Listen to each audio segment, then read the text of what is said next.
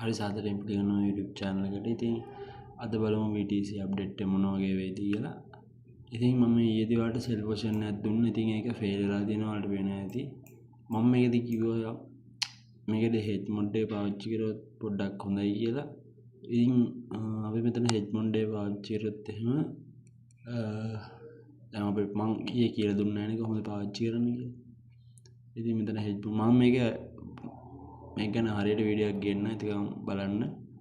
hedge mode එක කියන්නේ දැන් අපි සෙල් එකක් ගන්නදී මෙන්න මේක සෙල් එකක් තමයි ගන්නදී. ඉතින් අපිට මේක හිතෙනවා නම් සාමාන්‍යයෙන් ටිකක් දුරකට දැන් මේ අපේ ඇනලයිස් එක සෙල් එකක්. ඉතින් අපි ගන්න ඉන්නේ සෙල් එකක් නිසා අපිට හැබැයි මේ ඇනලයිස් එක බයි පැත්තට ගියොත් එහෙම සෙල් වෙන්නේ නැතුව සාමාන්‍ය ගොඩක් දුර යනවා කියලා හිතනවා නම් හරිද? සාමාන්‍ය ගොඩක් දුර යනවා කියලා හිතනවා නම් ඔයාලට මේ සෙටප් එකම බයි පැත්තට ට්‍රේඩ් එකක් දාන්න පුළුවන්. එතකොට දෙපැත්තෙන් කොයි පැත්තට ඒ පැත්තටනේ කොහොමද යන්නේ. එතකොට අපේ ඇනලයිස් එක සෙල් පැත්තට ගියොත් එම සෙල් එකෙන් ප්‍රොෆිට් හම් වෙනවා. බයි පැත්තට ගියොත් බයි එකෙන් ප්‍රොෆිට් හම් වෙනවා. ඉතින් එහෙම ගියපුවාම ප්‍රොෆිට් මෙහෙමයි ස්ට්‍රැටජිය. මෙතනදී අපි එන්ටර් කරන ප්‍රයිස් එක තමයි මෙන්න මේ ප්‍රයිස් එක. හරි. ඔයාලට කැමති නම් මෙතනින්ම එන්ට්‍රි දෙකම ගන්න හොඳයි. මම කියන්නේ මෙතනින් hedge mode ගන්න නම් මෙතනින්ම එන්ට්‍රි දෙක ගන්න ඕන. එතකොට stop loss එකේ තියෙන්නේ මෙන්න මේ වගේ level එක sell එකේ. ඉතින් ඒ වගේ දුරක් සාමාන්‍යයෙන් මේ වගේ දුර හදා ගන්න. හරි මේ වගේ දුරක් stop loss තියලා buy trade එකක් ගන්න පුළුවන්. හරි. ඉතින් මෙතනදී profit එක calculate වෙන්න හිතන්න මේකත් ඔයා ගන්නේ ඩොලර් 10න් කියලා හිතන්න මේ sell trade එක. ඉතින් මේ buy trade එක ඩොලර් 10න් තමයි ගන්න. එතකොට sell trade එකේ එකට එකක් ගියොත් එහෙම buy trade එක loss වෙනවා. එතකොට buy trade එකේ එකට එකක් ගියොත් එහෙම sell trade එක loss වෙනවා. හරිද? ඒ කියන්නේ මේ පැත්ත 10ක් පරාදයි දැන් බයි වෙලා තියෙන හින්දා මේ පැත්ත 10ක් පරාදයි සෙල් ට්‍රේඩ් එකේ මේ පැත්ත 100%ක් කියන්නේ ඒ වගේ දුරක් ගියන් පස්සේ මේ සෙල් එකේ ස්ටොප් ලොස් දෙනොත් එහෙම මේ බයි එකෙන් ප්‍රොෆිට් වෙනවා ඩොලර් 10ක්. හරි. එතන එතකොට ඊවන් ප්‍රයිස් එකක් තමයි තියෙන්නේ. එතනින් එහාට සාමාන්‍ය මේක ටාගට් කරන්න ඕන එකට දෙකක් වගේ රිස්ක් රිවෝඩ් එක. හරි. මේක එකට දෙකක් වගේ තමයි ටාගට් කරන්න ඕන. වැඩි අල්ල ගන්න ඉන්නේ හොඳ. දැන් මෙතන නම් ලොකු ගණන් ගිහලා තියෙනවා. හරි. එකට දෙකක් කියන්නේ දැන් මෙතනදී කවර් වෙන්නේ 100ක් ආවම කවර් වෙන්නේ අපේ සෙල් ට්‍රේඩ් එකේ ලොස් එක කවර් වෙනවා. එතනින් එහාට තමයි අපිට ප්‍රොෆිට් හම් වෙන්නේ. ඒ කියන්නේ මෙතන 10 20ක් හම් වෙනවා මේ ලොස් ස්ටේජ් එක නැතුව. හරි. ලොස් ස්ටේජ් එක අයින් කරපුවාම ඩොලර් 10ක ප්‍රොෆිට් එකක් තියෙනවා. හරි. ඒක තමයි මම උදාහරණයකට ඔයාලට කිව්වේ. ඉතින් මේ වගේ තැන් වල පාවිච්චි කරන්න පුළුවන්. හරි. ඒක මතක තියාගන්න. අපි ඉස්සරහා ඇනලයිස් වලටත් ඒ දේවල් පාවිච්චි කරමු. මම එඩිට් කරගන්න ඇනලයිස් එක. ඉතින් ෆේල්. හරි. අපි දැන් බලමු ඉස්සරහා මොමන්ට් මොන වගේ වේද එන්ට්‍රීස් තියෙනවද කියලා. ඉතින් මම ආයෙත් ඩේලි chart එක දාගන්නවා.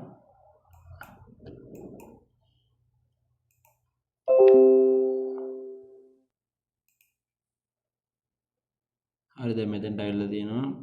අපි කලින් ටාගට් කරපු හයි එකක්. හරි. අපි කලින් ටාගට් කරපු හයි එකක් තියෙනවා මෙතන. ඉතින් මෙතනින් උඩින් කොහොමත් මාකට් එක හැදෙයි. හරි. එතන උඩ මේ පැත්තේ තියෙනවා අපි 4 hours දාගත්තොත් එහෙම මේ පැත්තේ පොඩි හයිස් ටිකක් තියෙනවා. මෙන්න මේ හයිස් ටික. රයිට්. එතකොට අපි ලයින් එකක් ගහගත්තොත් එහෙම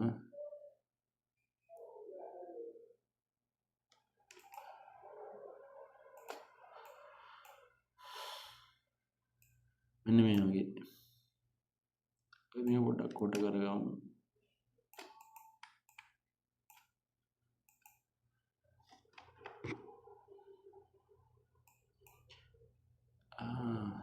ඉතින් මෙතනින් දැන් මෙතන බයි ඔයාලට මම කිව්වා මෙහෙම ගිහිල්ලා තියෙන්නේ කියලා. ඉන්න මම පෙන්නන්න. මේ විදිහට තමයි වෙලා තියෙන්නේ. හයි එක මේ ඩේලි දාගන්න.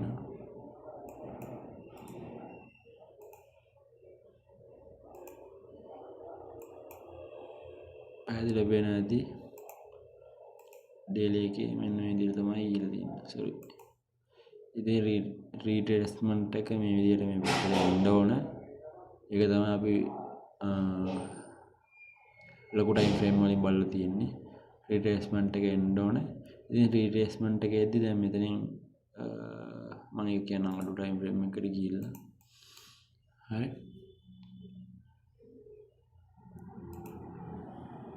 හරි දැන් මේ 4 hours එකේ ඉන්නේ. right 4 hours එකේ. ඉතින් දැන් මාකට් එක තියෙන්නේ මෙන්න විදිහටනේ. එතකොට මෙතනින් අපිට low එකක් 4 hour 1 hour time frame එකේ 4 hour time frame එකේ down trend එකක් continue වෙලා නැහැ කියන මම ඔයාලට හදලා පෙන්නන්නම්. මේ විදිහට තියෙනවා. මේ දැන් daily chart එකේ retracement එක තමයි යන්න ඕනේ. ඒකට 4 hour එකේ ගිහිල්ලා තියෙන්නේ දැන් retracement එක යනවා කියන්නේ low high low low low high low low. ඒක දැන් low low එකක් හදලා තියෙනවා low high එකක් තියෙනවා. ඉතින් මෙතනින් යටින් තමයි low low එක හදන්න ඕනේ. හරි. ඉතින් දැන් මොකද වෙලා තියෙන්නේ? වෙලා තියෙන දේ තමයි මාකට් එක දැන් පල්ලෙහාට ගිහිල්ලා තියෙනවා. ඉතින් මෙතනින් low low එකක් හදන්න බැරි වෙලා තියෙනවා. මෙතනින් පල්ලෙන් low එකක් තව හදන්න බැරි වෙලා තියෙනවා. මෙතනින් ගිහිල්ලා up වෙලා තියෙනවා.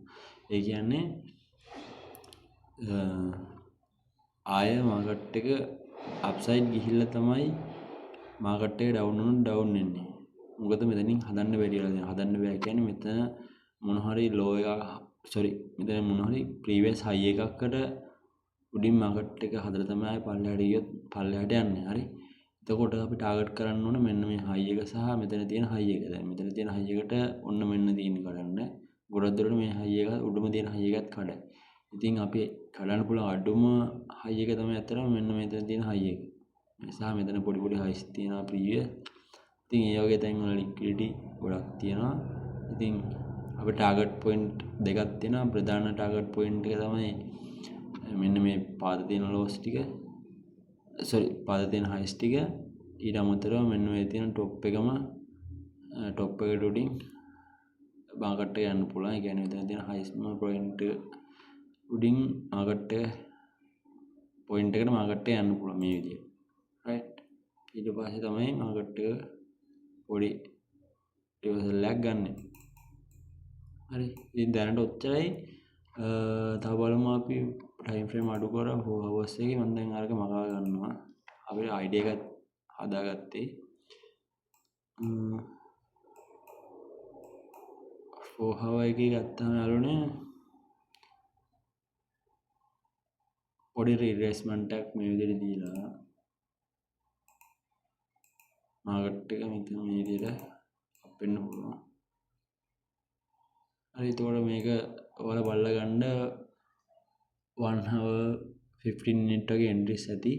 මේ ටික හැදිච්චාම high buy trade එකක් ගන්න පුළුවන්. හරිද? එතකොට buy trade එක target කරන්න වෙන්නේ දැන් මම මේ හරියටම දන්නේ නැහැ කොහෙට retracement එක වෙයිද කියලා. ගොඩක් දුරකට වෙන්නේ යාළුවනේ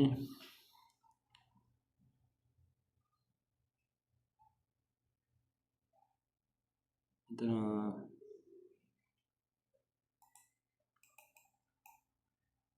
හරි. ඉන්න මම දල විදිහට කියන්නේ තමයි මොකද මාකට් එක හැදිලා නැහැ. ඔයාලා දන්නවා මම පළවෙනි වීඩියෝ එකකින්ම කියලා තියෙනවා මේ වගේ top point එකකින් ගන්න බෑ direct trade එකක්. ඒ කියන්නේ මාකට් එක තව ටිකක් හැදෙන්න ඕන. හැදිච්චම තමයි මාකට් එකෙන් trade එකක් ගන්න බලන්න ඕනේ. ඉතින් දැනට මම ඔයාලට කියන්නම්. ඉතින් low point තියෙනවා මේක තියෙනවා. ඊට අමතරව පොඩිම point ගත්තාම 15 minute එකකින් ගියන් පස්සේ මෙන්න මේ වගේ point තියෙනවා. සහ මෙතන දැනට හැදලා තියෙනවා lowest point එක තියෙනවා. right. ඉතින් එතකොට මම මේක අර කලින් මම ඔයාලට අතර පෙන්නපු delete කරගන්න. හරි. මේ point තියෙනවා. ඉතින් අපිට මෙතනින් buy trade එකක් ගන්න පුළුවන්. මම buy trade එක මෙතනින් දාලා තියන්න. හරි. buy trade එක මෙන්න මේ විදිහට දාලා තියන්න.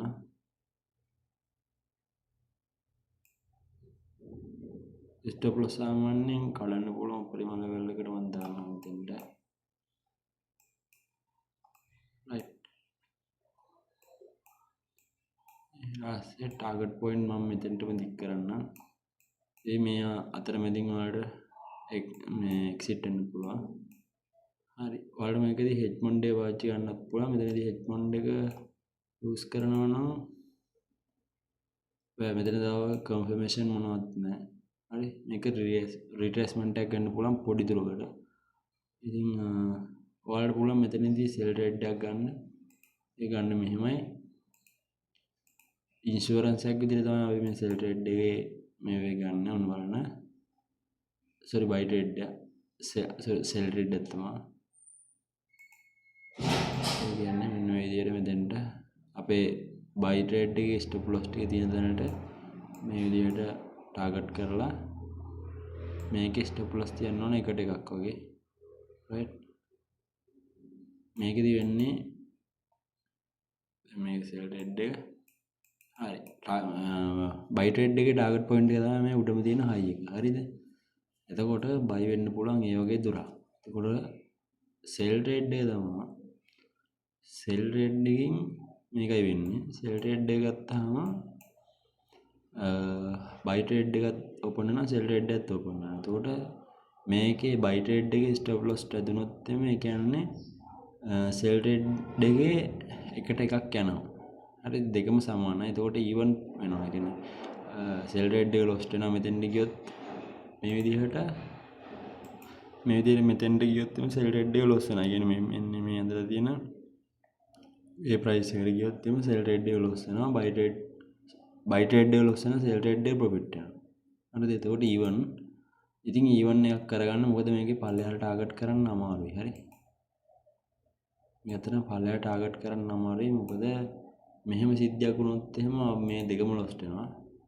මේ විදිහට පල්ලෙහාට ගිහිල්ලා මාකට් එක විදිහට පල්ලෙහාට ඇවිල්ලා ආය ලෝ එකක් හදන්න නැතුව මෙන්න මේ හයි එක පැත්තට ගියොත් එහෙම එතකොට මේ වගේ ටාගට් කරන් ඉදියොත් එහෙම මෙතනදී බයි ට්‍රේඩ් එක මුලින්ම ලොස් වෙනවා. ඊට පස්සේ දෙවෙනි එකට සෙල් ට්‍රේඩ් එක ලොස් වෙනවා. ඒක නිසා මේකෙදි නම් මම දකින්න හොඳයි කියලා වැඩිපුර අපි ටාගට් කරනවා බයි පැත්තට ට්‍රේඩ් එකක් දාන්න.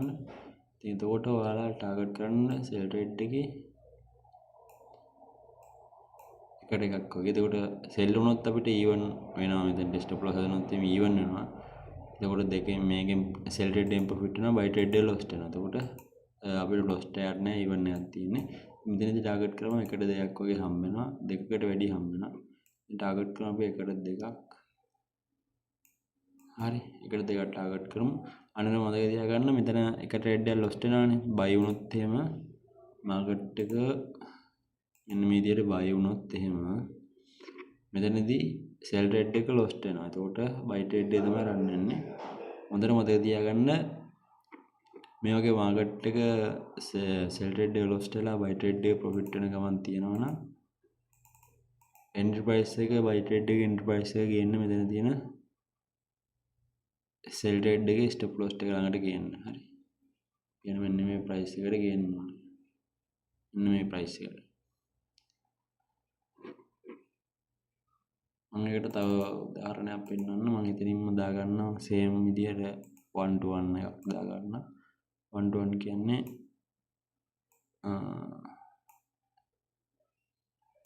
එතකොට ඔයාලට බලා ගන්න පුළුවන් ලීසි එකට එකක්. හරි.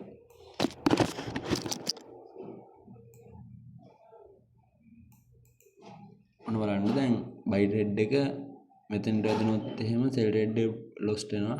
බයි ට්‍රේඩ් එකේ 1 to 1 හම්බුනේ. එතකොට මෙන්න මේ ප්‍රයිස් එකට උඩින් මාකට් එක තියෙද්දි ඔයාලා එන්ට්‍රි ප්‍රයිස් එක බයි ට්‍රේඩ් එකේ එන්ට්‍රි ප්‍රයිස් එක මෙතෙන්ට ගේන්න. එතකොට මාකට් එක රිවර්ස් වුණොත් එහෙම